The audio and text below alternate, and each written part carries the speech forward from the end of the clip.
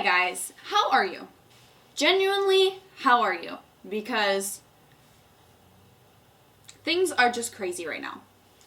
Today, I left work at like 1 o'clock because I work for a company where we have a cafe and we make food for a cafe, and our cafe has to be closed right now to state regulations. So basically I'm laid off and here I am. So I figured while I had this extra time today, I would chillax with you guys. We're gonna do a little Horsey talk mukbang, and I'm gonna eat this edible brownie batter right now, which is surprisingly underwhelming.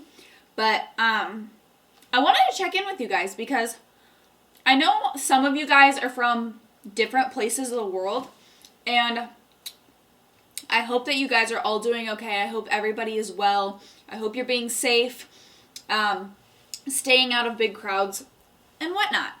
But I wanted to come on here because a couple of days ago I got some news and was really mad about it. I'm still really mad about it, but you might have saw me post it on my community tab.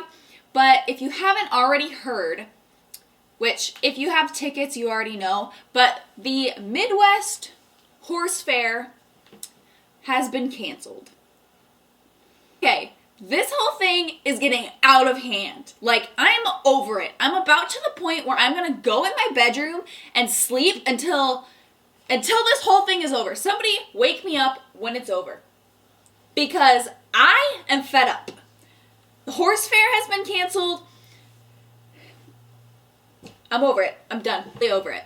So I saw on Facebook, like I like the event, like the Midwest Horse Fair event on Facebook, and saw that it got canceled, and everybody with tickets got sent an email that, you know, it was canceled, they were gonna get their money back and whatnot.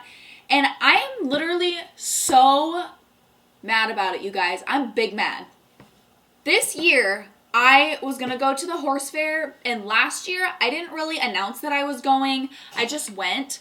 And this year, I was gonna let you guys know I was going so that hopefully I could see some of you guys there. Because last year, when I didn't really say anything about me going, I just went because I had never been before. So many of you guys commented on the video that you were there, and it's so upsetting because this year I really wanted to go and hopefully see some of you guys, and it's canceled. And I'm gonna bet that most events, big events, are gonna be canceled through April. The Iowa Horse Fair was canceled, and I have endurance clinics that have been canceled, and it's just literally a giant mess. And so basically, can't go anywhere, can't do anything. I've been out with the horses, but here I am, because right now YouTube is my only source of income, and it doesn't pay much.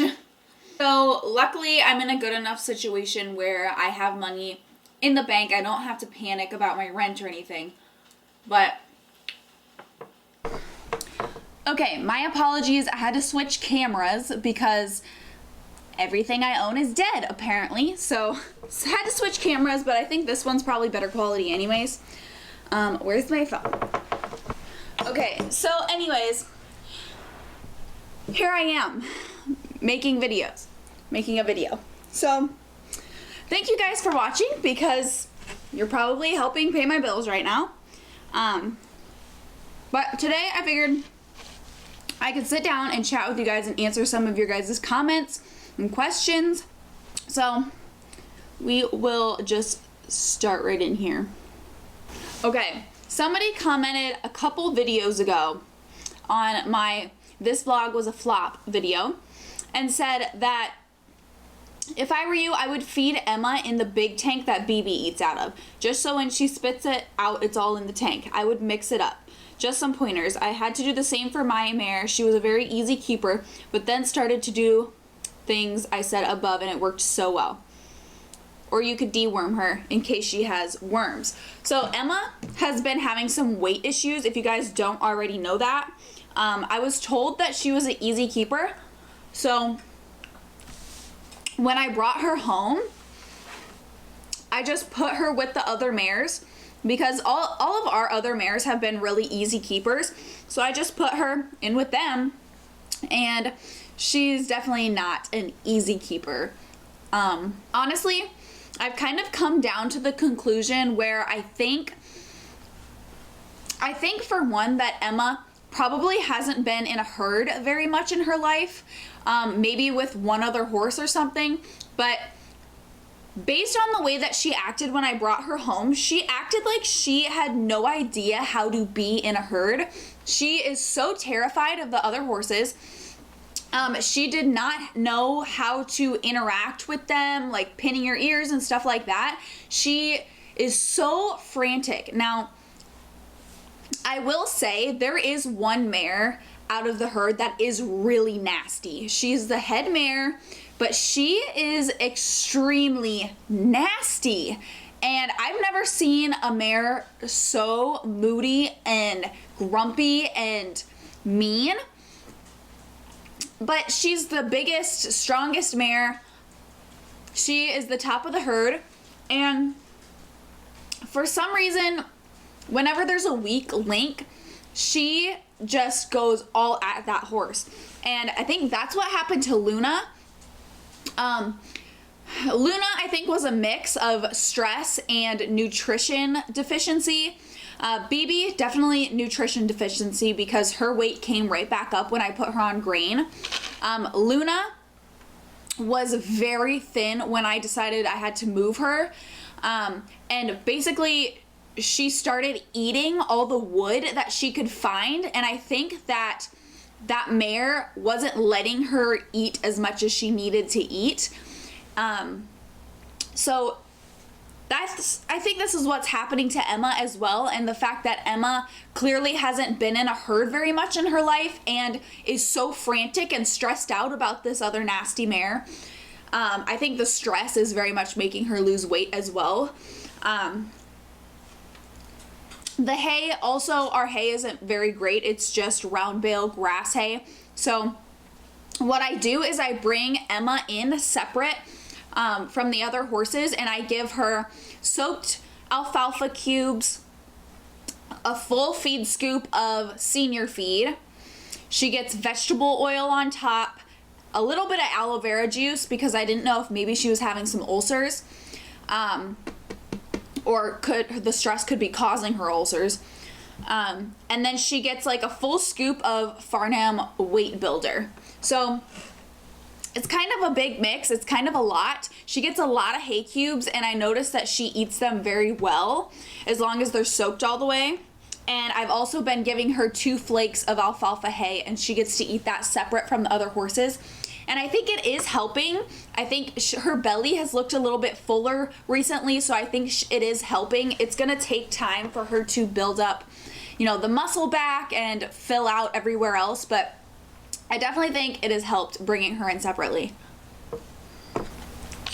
As far as the big feed tub, the reason that BB always ate out of the big feed tub was because I like to train my horses so that they go to the same spot every time. So like BB basically just decided that the big bunk was hers and that she would go to the big tub every time, and Emma would go to the small bowl. So every time I'd let them in, they just each go right to their bowls. So I wouldn't have to worry about trying to switch them and rushing to make sure they went to the right ones.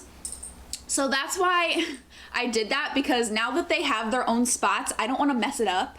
So lately I've been haltering BB and tying her up while she eats because Emma eats so much more grain than her. So if I didn't tie her up, basically once she inhaled her grain, she would just go kick Emma out and eat all of hers. So I've had to been tying her up, which has been working fine. So Emma does get the big tub now, but that's why I never did it. Oh, I also did deworm her. So she is dewormed now, so maybe that helped as well, I don't know. And her teeth, I am gonna get checked because The old owner said that they did her teeth a year ago, basically a year ago now, but with it so much food that she drops out of her mouth, and sometimes she chews really weird. She does this thing with her jaw and like stretches her neck out, and it's like, are you okay? Like, you're chewing really weird. So she does that once in a while, and I don't wonder if maybe they lied and they didn't do her teeth and she's got bad teeth. So it could be either one, but I still wouldn't understand if she had bad teeth because she cleans everything up. Like, even though some drops out of her mouth, she goes around and she cleans it all up, and she is eating it. Like, it's getting down and she's eating plenty. She's just not like holding it. Somebody suggested Omeline, and maybe I will try that for her as well. If it has better nutrition facts than the senior. Also, a lot of you guys have said that Emma would look like a really nice English horse. Somebody commented that she would look good in English tack, and somebody commented that she looks like a jumping horse. And I don't know. I don't know if she has an English past or not. I'm not going to be doing any jumping or anything with her because she is clearly old. They told me she was 18, but I think she's older than that. I can't say for sure. But when the vet comes out to check her teeth, I might have him just look at her teeth and give me an estimate on how old they think she is. She is papered with AQHA, but the owners never sent me her papers like they said they were going to. So I'm probably going to have to call AQHA and see if they can find her papers under the old owner's name, or if I can send in like a DNA sample and they can see if they have her on record. So I don't know. That's going to be a whole nother story probably. Okay, I don't know why the same person always asks me this on every single video. Every single video. I don't even know if they watch it. Ask me if I will ever get any more horses. And this time they asked me, will I ever get any more horses or a horse that's taller than 15'1"? So I don't really know why height matters. I have no idea if I will get more horses over 15'1" or not. Probably. I think Emma is about 15'1". Yes, I will have more horses in the future. I will buy and sell more horses in the future. No idea. I don't have any plans on buying more right now, but yes, I'm sure I will. And I've addressed this question in other videos before, and it still gets left on every single video by the same person. So I don't know if they're watching the videos or not, but I've answered it several times. Somebody commented that they loved the voiceover training during my session with Luna. Definitely do that more often. I try and do that a lot when I'm not talking throughout my videos. And I think a voiceover is a really good way to slow things down and speed them up so that you guys can get a clear idea of what I'm talking about.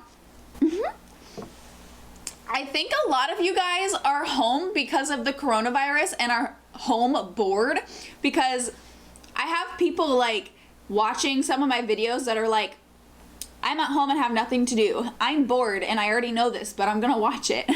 So how many of you guys are sitting at home bored out of your minds? Somebody commented on my video dealing with a pushy horse, and for some reason I've gotten a lot of comments lately on this video. I just want to say I love your video. To everyone who thinks horse training is abuse, you are so wrong. Without training a horse, they will push you around and play with you like a toy. I have a OTTB, and she is very pushy, and have been training her. You can tell the difference. And I definitely think that there is a fine line, actually a very thick, bold line between horse abuse and horse discipline. And having clients in the past, it is so obvious what horses are disciplined and what horses aren't. And just working all around the horse world, it is crazy how much potential horses can have but don't have it because their owners don't let them. Not because they don't love the horse, but because they don't allow the horse to reach their fullest potential by teaching them how to be a good horse. Whenever new people come to ride my horses with me, I always tell them, if she bites you, you whack her. Not on the face or anything, but if she tries to bite you, whack her on the shoulder, whack her on the butt. She has to know that it doesn't matter who is putting your saddle on, you do not get to bite. Sugar. This summer I had a new friend come ride her. We went trail riding one day, and Sugar kept like trotting off. Like every time a horse would be behind her, she'd start to trot and pin her ears. And the girl was like about to yell at her and then stopped, and I was like, no girl, you tell her that is not okay. No worries, you can discipline her. And she's like, oh, okay, I just didn't know if you did that or not. I was like, you're totally fine. You are on the horse, you have to remain safe. Tell her what is not acceptable. Obviously, we also reward horses for what they are doing well and the things that we do like. So if a horse were to come up behind Sugar and she didn't trot off and she just dealt with it, I would scratch her and tell her good girl, because that's what I want. I don't want her to go trotting off whenever she wants, though. Okay, somebody asked on one of my videos, I can't find it now, but they were asking what hackamores I would recommend, because it was on a video about Sarah. They have a strong-headed, pushy horse as well, and they wanted to know my recommendations on hackamores. Now, I have a whole video about hackamores and the ones that I do and don't like, but that video is kind of old. It's like a couple years old, maybe more than that, and I think I should probably make an updated one. So maybe this week when I'm not at work, I can make an updated video about the hackamores that I do and don't like, if you guys would like to see that. But with Sarah, I started her out just in a rope halter, which is how I like to start out any Greenbroke horse. And she did really well with that for a while.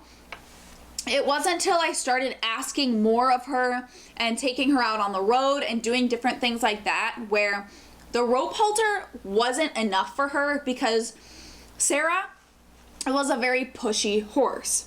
She sat in a pasture for 15 years, did whatever she wanted. She was a boss mare, and she didn't really understand sometimes why she had to now listen to somebody and be told what to do, basically. So she was very strong-headed, and she listened pretty well, but I had to switch her to using actual hackamores instead of just a halter. And I started with an Indian Boselle, which I really like Indian Boselles, but with Sarah, an Indian Boselle basically works like this, where you pull and it tightens, and then you release your reins and it's supposed to loosen back up. Well, I noticed with the rope Indian Boselles, they don't loosen back up very well. It's kind of like the rope on rope friction doesn't allow it to loosen back up very nicely. And so Sarah, when she would be all bullheaded and pulling on me, I had to use really hard hands to control her, and I had to hold the reins really tightly because she was pulling so much. And eventually she would get fed up and kind of pissed off because the hackamore wouldn't release, basically. When I would loosen the reins back up, the hackamore wouldn't release, so it was still just tight and pulling on her face all the time. So it worked, but it wasn't the best, and there was other better options. So I switched her to a beetle hack, and I never really liked this hackamore that much, but it was a spare one that I had laying around, and it actually worked really well for Sarah. So I switched her to that, because with mechanical hackamores, if you pull the reins, like if I have the reins tight, the minute I release them, everything loosens back up. It's not like the rope on rope where it gets tight and it doesn't loosen very well. Once I pull, the minute I release, everything loosens back up, and it gave her a much clearer cue. I think with the Boselle, she just wasn't getting clear cues because everything was pulled tight and everything had tension on it. Where with the mechanical one, I could pull tight and then it would release. I would pull and then it would release. So she instantly got the release that she wanted and was looking for and wouldn't get as frustrated. So I've never used a beetle hack before her. I just never used it that much, but I ended up really liking it. So I guess that's a recommendation for you if you're looking for one. My only suggestion with it is to keep the curb chain very loose because it's got a straight shank. So basically any pressure at all on the reins goes directly to her face. Some of you guys say that you miss Sarah, and I would agree. I miss Sarah too. She was a grumpy woman, but she was fun to have around, and I know that she's out there making somebody else so happy and having a job and having a purpose and not just sitting around. So I miss her too, but it was time for her to move on past me.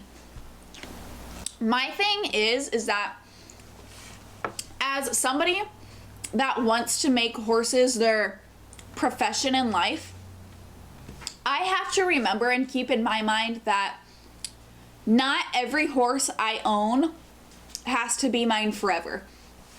Especially with my project horses and horses that I intend to resale. I know a lot of people say like, oh, horses get sold around so much and what if it doesn't end up in the right home? And I definitely have those fears as well. That's why I'm keeping Luna for a while, because I know that she has had it really rough and has just been passed around and around and around. And so what I feel that my job is as a trainer, and eventually I would want to take in rescues as well, is to take horses like Luna and like Sarah. Sarah was a 15-year-old halflinger that had never done anything in her life. A lot of people don't want those horses. A lot of people look past them and then they become these nuisances. They become pasture pets, hay burners as people call them. And a lot of people can't afford that. And I see them all the time. They get taken and dropped off at the sale barn and they probably end up on a meat truck. And that is the last thing that I ever want to happen to my horses. So when I think about horses like Luna and Sarah, I feel like it's my duty to make them a good horse. Like Sarah, turned her into this great little mare that's gonna go do so many things. She's so smart. I am not really worried about her ending up on a meat truck. Now, if I go to the sale barn the next time and I see her there, you bet you I'm buying her back and I am outbidding anybody else there. But I'm not worried about that because I know that she's such a good horse and that she can be used for so much. She has less of a chance of ending up on a meat truck now than she did before I bought her. Before I bought her, the owners didn't have time to train her. They had other horses. They were busy big showing and they just wanted to get rid of her. I bought her for $500 and turned her into a $1,500 horse that now has way less of a chance of being on the semi on the way to the slaughterhouse because she has a job. So that's kind of the way I see it, is I don't need to keep every horse that comes into my life forever, but I do want to be a stepping stone for them. So like Luna, I hope that one day I would be able to sell her again. I might not. I don't know. I want to keep her for a while and let her reprogram herself that humans are okay and that riding is okay. But I want to be a building block for her. So that's kind of the way that I have to look at it. When I think of Chloe, no, I didn't turn Chloe into a perfect little kid's pony because somewhere in her life, somebody ruined that for her. And she was so traumatized by that she was never gonna be a kid's horse. She was never gonna be safe enough for little kids to ride. even I could hardly ride her, and I'd been training her for almost 3 years. And that's not always the point. It's not always the point for me to buy these horses and to make them robots, okay? Chloe, in my mind, I did a lot for Chloe, and Chloe grew so much in the time that I started her to when I sold her. She wasn't perfect. She wasn't gonna be a kid's horse. She wasn't gonna be a little parade pony, but actually, she did do a parade with me and she loved it. But she is now a companion pony for weaning foals, and she's set up for success now that she can live with humans again.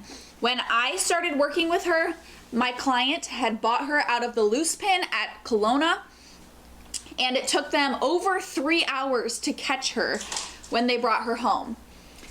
She was so traumatized the first time they put a saddle on her that she fell over and had a panic attack.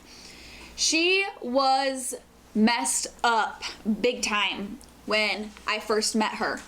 She would thrash and rear, and anytime that you would pick up her feet, by the time I was done with her, she stood for the farrier just fine. And so even though I didn't break out Chloe to be a dead broke little pony, she was so much more set up for success and life beyond me after the time she had spent with me. So I turned her into a better pony for sure. And now she has a job and a purpose in the world.